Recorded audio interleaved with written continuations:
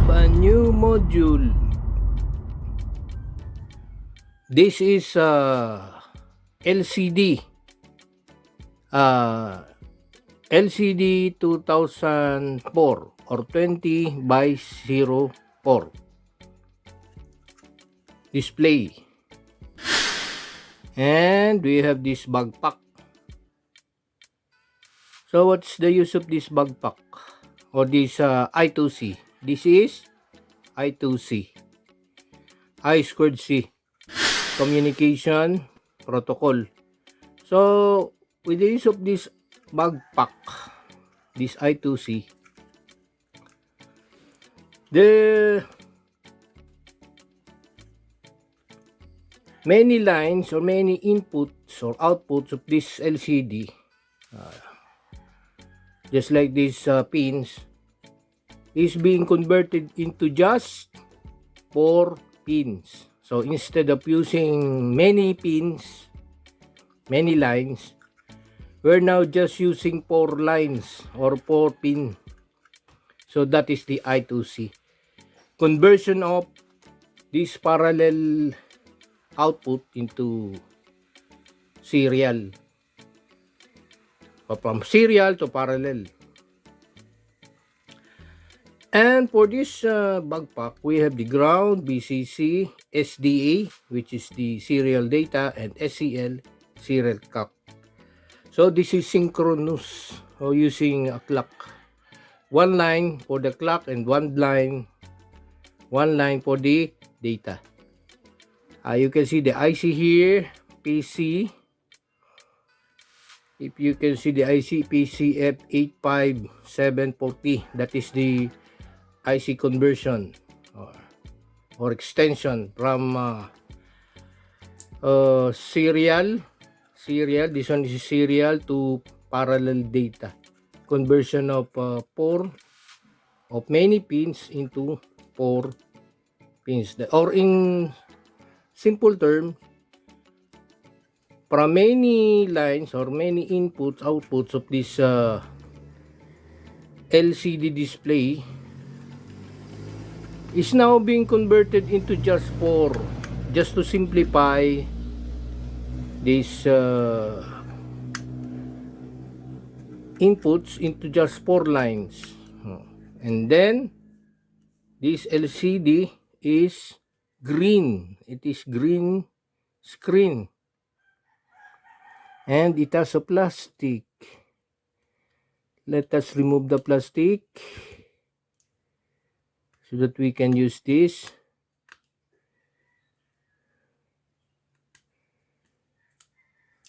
Okay. And what is the objective? What is our objective now? We're going to print hello world into the screen. Okay. Using together with, let us see this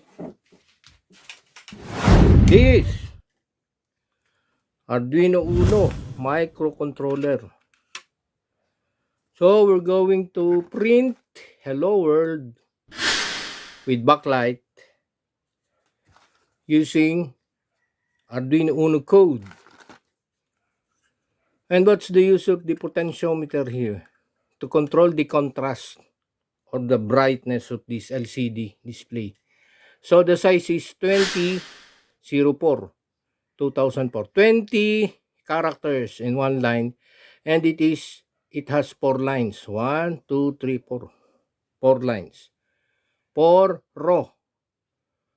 In 1 row, we have 20 characters. That's why it is called 20, then 04, 4 lines to the bottom.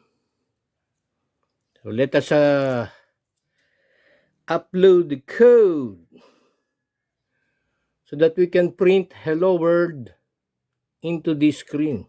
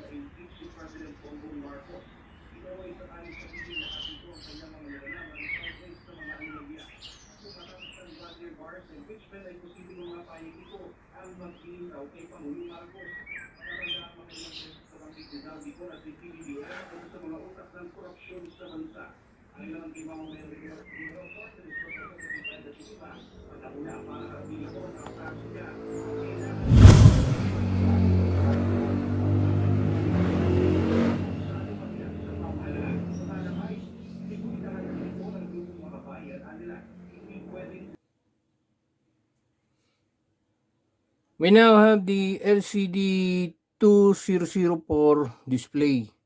Hello World using Arduino Uno microcontroller. So the size of our display is 2004. 20 by 404. 20 characters here in one line.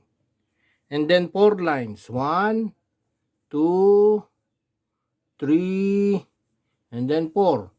So it is capable of rendering 4 lines of characters or numbers, character, letters. So that's why it is called LCD 2004. 4 lines with 20 character each. We can manipulate that using the code of the Arduino. And then this display, it has a lot of pins. So pin out, but because of this I2C or communication protocol, inter-integrated circuit, I2C. With the use of I2C, the many lines or outputs and inputs of this LCD will now converted into just 4 pins. Serial clock, serial data, supply VCC, and then the ground. The ground of the Arduino is connected together with the ground of this LCD display. So from Arduino, we have the clock connected to A5, analog 5, data A4. The 5 volts supply of this LCD is came from 5 volts.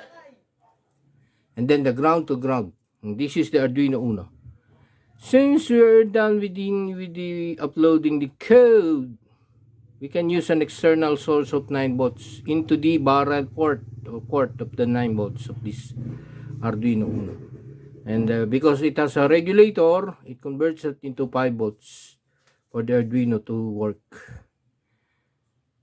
And then once we power the circuit, we can have this hello world character inside the LCD display.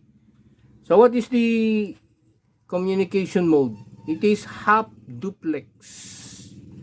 Again, this is half duplex.